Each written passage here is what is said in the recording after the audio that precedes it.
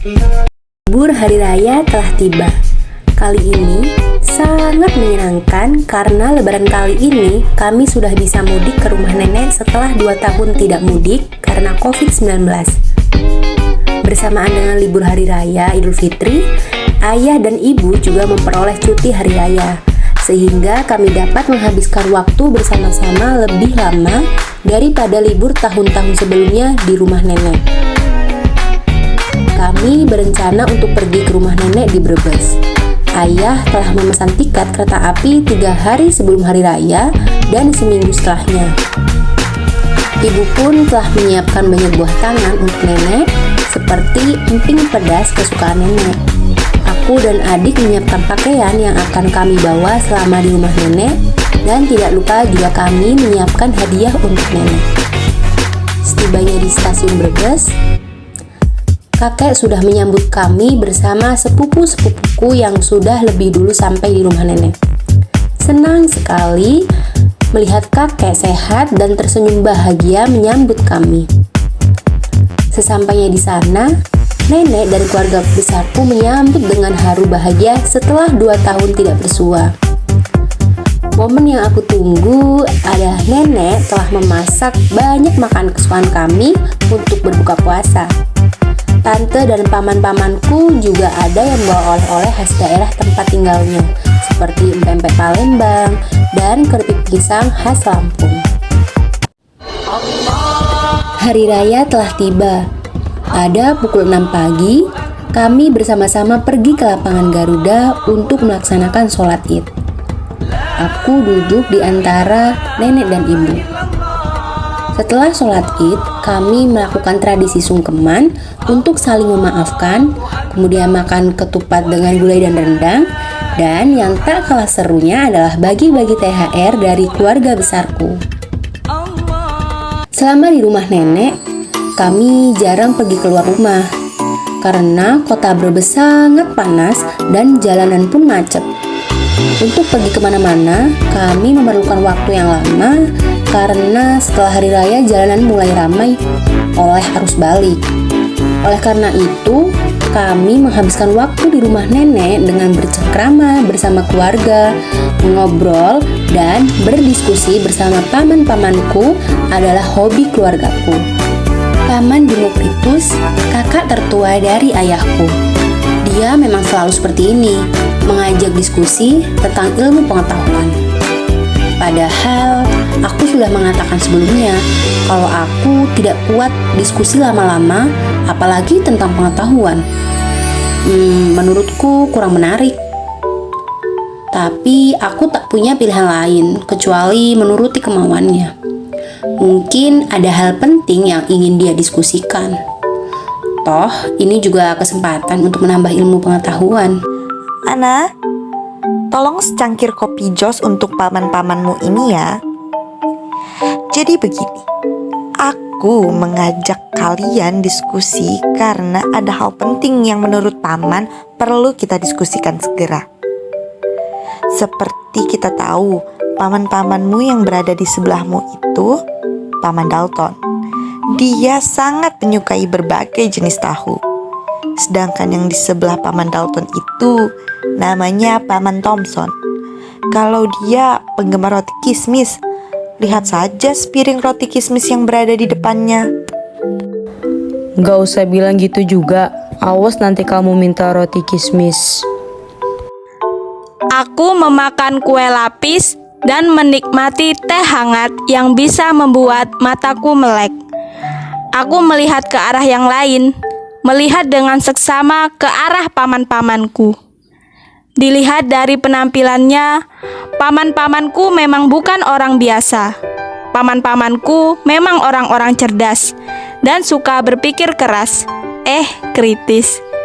Terlihat dari paman-pamanku, banyak yang terlihat botak rambutnya. Paman Demokritus melanjutkan pembicaraannya. Langsung saja saudaraku, dari kemarin aku ingin membahas ini dengan kalian.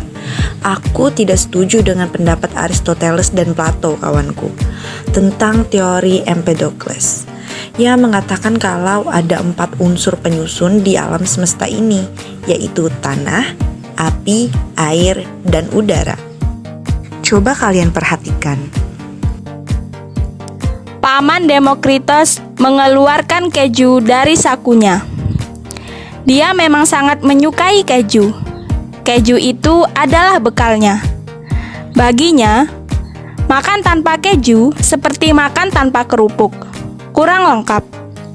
Karena dia tahu kalau di rumah nenek tidak akan ditemukan keju, maka dia membawanya dari rumah. Jika aku potong keju ini menjadi beberapa bagian, maka akan ada bagian yang tidak dapat aku potong lagi. Bagian keju yang tidak dapat dipotong ini tidak ditemukan 4 unsur itu. Maka pandangan Aristoteles dan Plato pasti salah. Bagian terkecil ini aku sebut atom, atau dalam bahasa daerahku atomos. Aku mengumpulkan kalian semua di sini untuk membahas tentang atom lebih lanjut. Menarik juga. Jadi atom itu seperti tahu bacem ini. Paman Dalton si penggemar tahu angkat bicara. Jika tahu bacem ini aku potong-potong, maka akan ada bagian yang tidak dapat dibagi lagi. Dan itu disebut atom juga.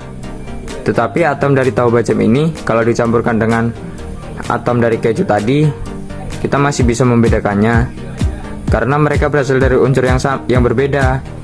Kalau aku pikir-pikir bentuk atom itu, dia berbentuk bulat dan pejal seperti tahu bulat. Paman Thompson tak mau kalah. Perlu diperhatikan, segala sesuatu di dunia ini mengandung muatan positif dan negatif. Tentu saja atom pun demikian. Dia pastinya mengandung muatan positif dan negatif juga. Aku setuju, atom berbentuk bulat.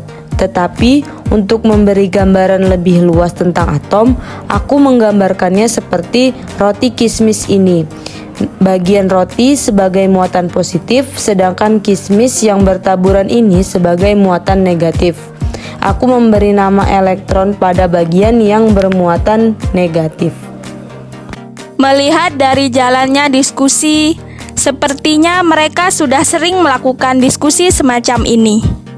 Paman Demokritos hanya diam saja, sambil sesekali menyantap aneka gorengan di depannya. Sebagai orang baru dan masih muda, aku memutuskan untuk diam dulu. Tetapi tak menuntut kemungkinan, aku akan ikut berkomentar jika ada kesempatan. Ingat, segalanya juga pasti melakukan gerakan, termasuk atom. Pasti ada pergerakan, dan yang memiliki potensi paling besar untuk bergerak adalah elektron yang bermuatan negatif. Elektron yang berputar mengelilingi inti di tengahnya. Inti ini aku sebut dengan proton dan muatannya adalah positif. Paman Chadwick yang sedari tadi sibuk makan terlihat ingin berkomentar. Tapi, saat ada positif dan negatif bertemu atau berada dalam satu tempat, kita perlu penetral untuk menstabilkannya. Penetral ini berada di tengah bersama proton. Jumlahnya tidak harus sama dengan proton atau elektron. Karena sifatnya yang netral, jadi aku menambahkan partikel yang sifatnya netral. Partikel ini aku sebut dengan neutron. Bagus juga pendapatmu, Wick. Gambaran tentang atom ini semakin jelas. Ada proton dan neutron di bagian tengah, sedangkan elektron berputar mengelilinginya. Terbesit sebuah pertanyaan dalam pikiranku, tetapi aku malu untuk menyampaikannya. Diskusi dengan mereka membuatku gugup. Daripada nantinya akan mengganggu pikiran, aku paksakan diriku untuk menanyakannya, meskipun dengan perasaan gugup dan gemetaran. Maaf sebelumnya, Paman. Kalau boleh, ada yang mau saya tanyakan. Bagaimana kalau jumlah elektronnya banyak? Bukankah nanti rotasinya tidak akan seimbang? Mereka semua menoleh ke arahku. Aku sedikit menundukkan kepala. Paman Demokritos ikut menoleh sembari tersenyum. Santai saja, ponakanku. Silakan yang bisa menjawabnya.